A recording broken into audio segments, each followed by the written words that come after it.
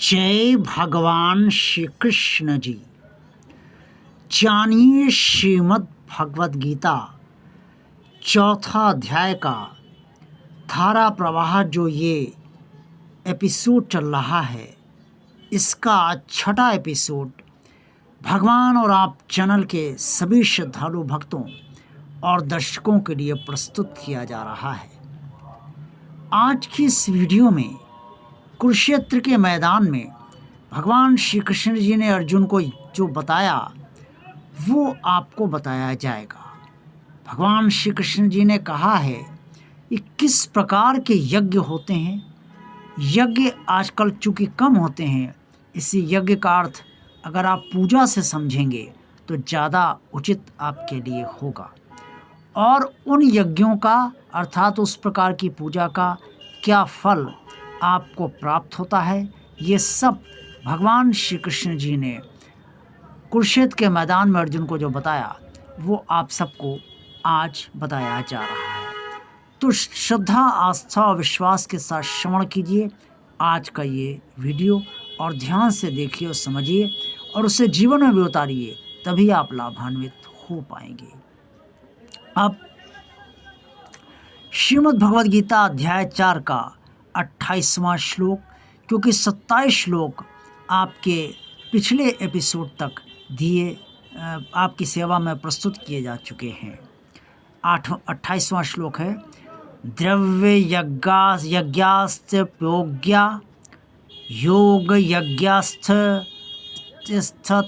परे स्वाध्याय ज्ञान यज्ञाचिष यत्या संशीत व्रता।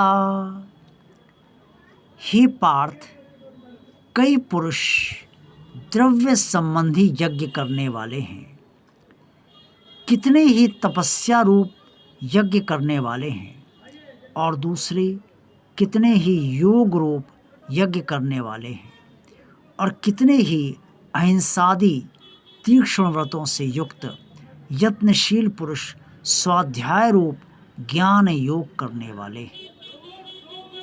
भगवान श्री कृष्ण का कहने का तात्पर्य ये है कि अर्जुन, इस संसार में यज्ञ करने के सबके प्रयोजन अर्थात सबके उद्देश्य अलग अलग होते हैं। कुछ लोग धन की कामना पूर्ण करने के लिए यज्ञ करते हैं, कुछ लोग यज्ञ को एक तपस्या मानते हैं और तपस्या मानकर यज्ञ करते हैं, कुछ लोग यज्ञ को योग के रूप में देखते हैं कि ये योग क्रिया है, इसलिए यज्ञ करते हैं, और कुछ लोग जो अहिंसा में विश्वास रखते हैं वो अपने को ज्ञानी बनाने के लिए ज्ञान यज्ञ करते हैं। अर्थात जैसी जिसकी कामना है उस हेतु हुई वो यज्ञ करता है। इसी तरीके से आप समझ सकते हैं कि पूजा भी कुछ लोग धन की कामना से करते हैं, कुछ लोग ये मानते हैं कि पूजा करते रहें, ये भी एक तपस्या है, कुछ लोग ये मानते हैं कि योगी हमें बनना है, योग में स्थित रहकर पूजा करी जाए, और कुछ लोग ज्ञान प्राप्त करने के लिए पूजा करेंगे, मन शांत होगा, भगवान के जरिए भीतर से ज्ञान नष्ट होगा, ज्ञान का उदय होगा, इस हेतु पूजा करते हैं। अब इसी अध्याय 4 में श्लोक 29 और 30 में जो कहा है भगवान श्री कृष्ण ने, वो ध्यान से सुनिए। अपाने जुहाति प्राणं प्राणे अपानं तथा परे प्राणापान गति रुद्धवा प्राणायाम परायणा अपरे नेताहारा प्राणान प्राणेषु जुह्वति सर्वे यते यज्ञविदो यज्ञशपित कल्मषा। इस चीज़ को आप बहुत ध्यान से समझिए, क्योंकि भगवान श्री कृष्ण जी ने जो अर्जुन से कहा है उसे ध्यान से समझेंगे तो उसका आप अनुसरण कर पाएंगे। श्लोक 2930 में भगवान श्री कृष्ण ने कहा है कि बहुत से योगी अपान वायु में प्राण वायु का हवन करते हैं और कुछ योगी प्राण वायु में अपान वायु को का हवन करते हैं और कुछ जो आहार करते हैं, नियमित आहार करते हैं, यानी कि सतोगुणी आहार करते हैं, वो प्राणायाम परायण होते हैं पुरुष, और वो प्राण और अपान की गति को रोककर प्राणों में ही हवन किया करते हैं। ये सभी साधक यज्ञों द्वारा पापों का नाश कर देने वाले और यज्ञों को जानने वाले हैं। भगवान श्री कृष्ण ने अर्जुन को बताया कि कौन से ऐसे यज्ञ हैं जिनको करने से मनुष्य के पापों का नाश होता है। जो योगी अपान वायु में प्राण वायु का हवन करते हैं। अपान वायु क्या है और प्राण वायु क्या है? प्राण वायु वो है जो हम सांस ले रहे हैं और अपान वायु वो है जो हम भीतर से बाहर छोड़ते। और दूसरे क्या करते हैं कि प्राण वायु में अपान वायु को हवन करते हैं, अर्थात जो हम सांस ले रहे हैं और जो भीतर की सांस है उसको वो संयमित करके उसका हवन करते हैं। कितने लोग ऐसे हैं योगी जो प्राणायाम परायण होते हैं और आहार वो अपना नियमित करते हैं, सतोगुणी आहार करते हैं। वो प्राण और अपान दोनों की गति को, यानी कि बाहर जो सांस हम ले रहे हैं उसे भी और जो भीतर सांस ले रहे हैं उसको भी, यानी कि सांस रोक कर प्राणों को प्राणों में ही हवन किया करते हैं। जब सांस रोक लेंगे तो प्राण तब भी शेष कुछ समय तक या काफ़ी समय तक रहते हैं।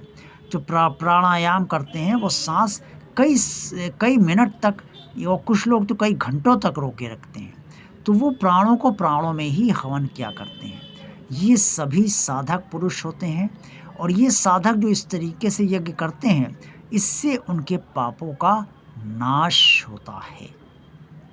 अब भगवान श्री कृष्ण जी ने जो आगे श्लोक 31 में कहा है वो भी आप ध्यान से सुन लीजिए। भगवान श्री कृष्ण जी ने जो भी कहा है वो मनुष्य के कल्याण के लिए ही कहा है। अब सुनिए श्लोक 31। यज्ञ शिष्टामृत भुजो यान्ति ब्रह्म सनातनम नायं लोको अस्तस्य यज्ञस्य कुतो अन्य कुरु सतम। हे कुरुश्रेष्ठ, यज्ञ से बचे हुए अमृत का अनुभव करने वाले योगी जन सनातन परब्रह्म परमात्मा को प्राप्त होते हैं और यज्ञ ना करने वाले पुरुष के लिए तो ये मनुष्य लोक भी सुखदायक नहीं है, फिर परलोक कैसे सुखदायक हो सकता है। भगवान श्री कृष्ण जी ने अर्जुन से जो कहा कि जो लोग यज्ञ करते हैं, अभी भी जो लोग यज्ञ करते हैं उसमें जिस सामग्री का वो यज्ञ करते हैं या जो भी अर्पण यज्ञ में करते हैं उसमें जो बच जाता है यज्ञ के बाद उसका ही वो भोग करते हैं और उसे ही वो अमृत मानते हैं। ऐसे जो योगी जन होते हैं वो सनातन परब्रह्म अर्थात साकार परब्रह्म को, परमात्मा को प्राप्त होते हैं। और यज्ञ जो नहीं करते हैं वो उनके लिए वो मनुष्य लोक सुखदायक नहीं है, क्योंकि यज्ञ करने से ही परमात्मा की कृपा प्राप्त होती है और परमात्मा की कृपा प्राप्त होने से ही मनुष्य को सुख और कृपा प्राप्त होती है। इसलिए जब ये मनुष्य लोग ऐसे लोगों के लिए जो यज्ञ नहीं करते हैं अगर सुखदायक नहीं रहेगा तो फिर परलोक कैसे सुखदायक हो सकता है। ये भगवान श्री कृष्ण ने अर्जुन से प्रश्न करते हुए ये भी मनुष्यों से कहा कि वो यज्ञ अवश्य करें, अर्थात पूजा अवश्य करें। वैसे भी आप देखिए कि जब आप पूजा करते हैं तो पूजा करने के बाद प्रसाद जब आप लेते हैं तो आपको लेने में बड़ा अच्छा लगता है। यही एक तरीके का अमृत का अनुभव आप महसूस कर सकते हैं। अब श्लोक 32 में और आज के इस एपिसोड में श्लोक 32 तक ही आपको बस श्रीमद् भगवद गीता के अध्याय 4 का बताया जा रहा है। श्लोक 32 में भगवान श्री कृष्ण ने जो कुरुक्षेत्र के मैदान में अर्जुन से कहा वो श्लोक 32 इस प्रकार है। एवं बहुविधा यज्ञ वितता ब्राह्मणों मुखे कर्मजान विद्धि तांस वार्नेवं ज्ञातवा विमोक्ष्यसे। इस प्रकार और भी बहुत तरह से यज्ञ वेद की वाणी में विस्तार से कहे गए हैं। उन सबको तो मन, इंद्रिय और शरीर की क्रिया द्वारा संपन्न होने वाले जान। इस प्रकार तत्व से जानकर उनके अनुष्ठान द्वारा तू कर्म बंधन से सर्वथा मुक्त हो जाएगा। भगवान श्री कृष्ण जी ने स्पष्ट तौर पे इस श्लोक में जो अर्जुन को समझाया वो ये बताया कि बहुत से यज्ञ इसके अलावा भी हैं जो वेदों में विस्तार से कहे गए हैं। उन यज्ञों को भी मनुष्य को मन, इंद्रिय और शरीर की क्रिया द्वारा संपन्न होने वाला जानना चाहिए और इस प्रकार उन्हें तत्व से जानकर उनके अनुष्ठान जब वो करते हैं अर्थात यज्ञ करते हैं तो कर्म बंधन से सर्वथा के लिए मनुष्य मुक्त हो जाता है। जय भगवान श्री कृष्ण जी।